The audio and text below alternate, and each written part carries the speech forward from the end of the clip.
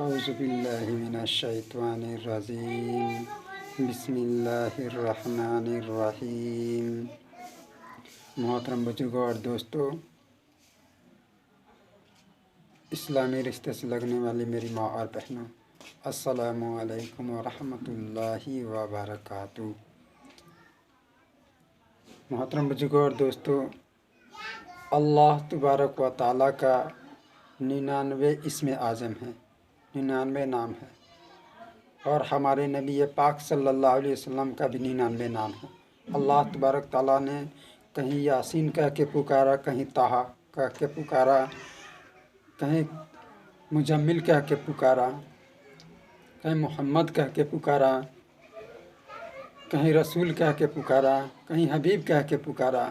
بہت سی جگہوں پر بہت سے اللہ تبارک تعالیٰ نے ہمارے نبی پاک صلی اللہ علیہ وسلم کو نام دیے اور لقب دیے اور ان کا مرتبہ دیے۔ تو محترم بزرگوں اور دوستو، ہمارے نبی پاک صلی اللہ علیہ وسلم کا فرمان ہے کہ جو کوئی اللہ تبارک تعالیٰ کا نام اگر رٹتا ہے، اگر نام کو ورد کرتا ہے، اگر پڑھتا ہے، اگر اس کو ہمیشہ یاد رکھتا ہے، تو اللہ تبارک و تعالیٰ اس نام کے بدولت اس کے شریر میں اپنی خلقت، اپنی رحمت، اپنی برکت، اپنی مصلحت سب چیز اس کو عطا کر دیتے ہیں۔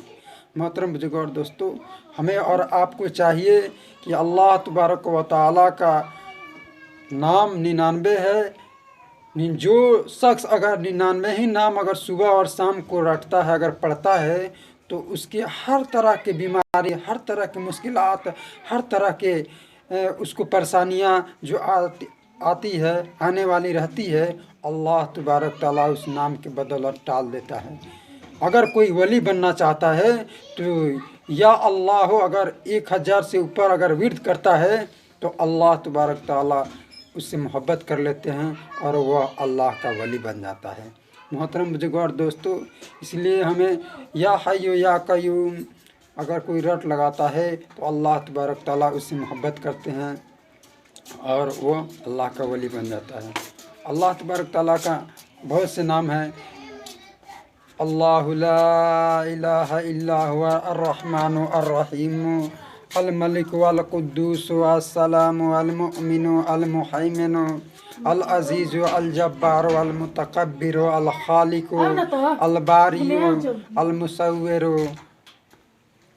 العلی الولی الحمید البر التواب الغنی المغنی المعطی المانع الضار النافع النور الہادی البدیع الباقی الوارث الصبور۔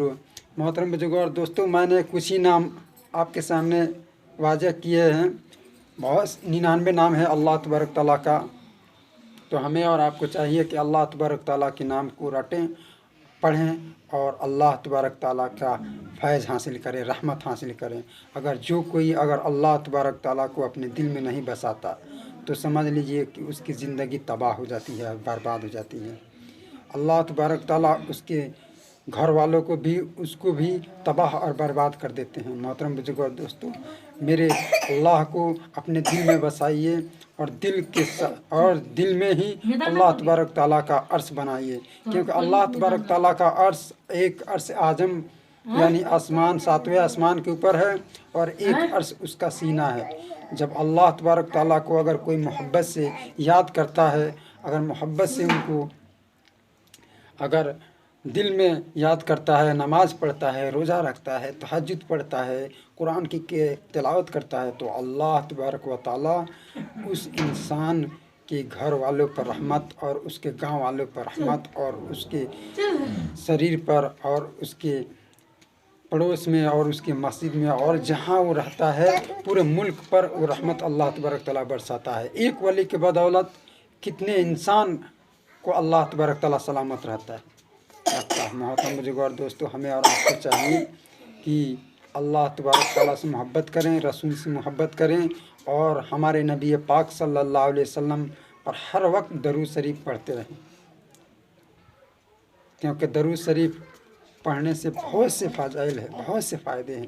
40 فائدے میں آپ کو بتاتا ہوں۔ 10 اللہ تبارک و تعالیٰ اس کے نامہ اعمال میں نیکیاں لکھ دیتا ہے اور 10 رحمتیں نازل فرماتا ہے۔ اللہ تبارک و تعالیٰ 10 درجے بلند کرتا ہے اور 10 اس کے گناہ مٹا دیے جاتے ہیں۔ محترم بزرگوں اور دوستو، دیکھیے درود شریف پڑھنے سے کتنے فائدے ہیں۔ بتایا جاتا ہے کسی شخص نے مدھو مکھیا سے پوچھا کہ ہے مدھو مکھیا بتاؤ کہ تمہاری شہد اتنی میٹھی کیوں ہو جاتی ہے؟ تو مدھو مکھیا نے بتایا کہ یہ شہد جو ہے ہم درود پڑھ کر کے لگاتے ہیں، بناتے ہیں، اس لیے اللہ تبارک تعالیٰ اس درود کے بدولت اس میں مٹھاس پیدا کر دیتا ہے۔ سبحان اللہ۔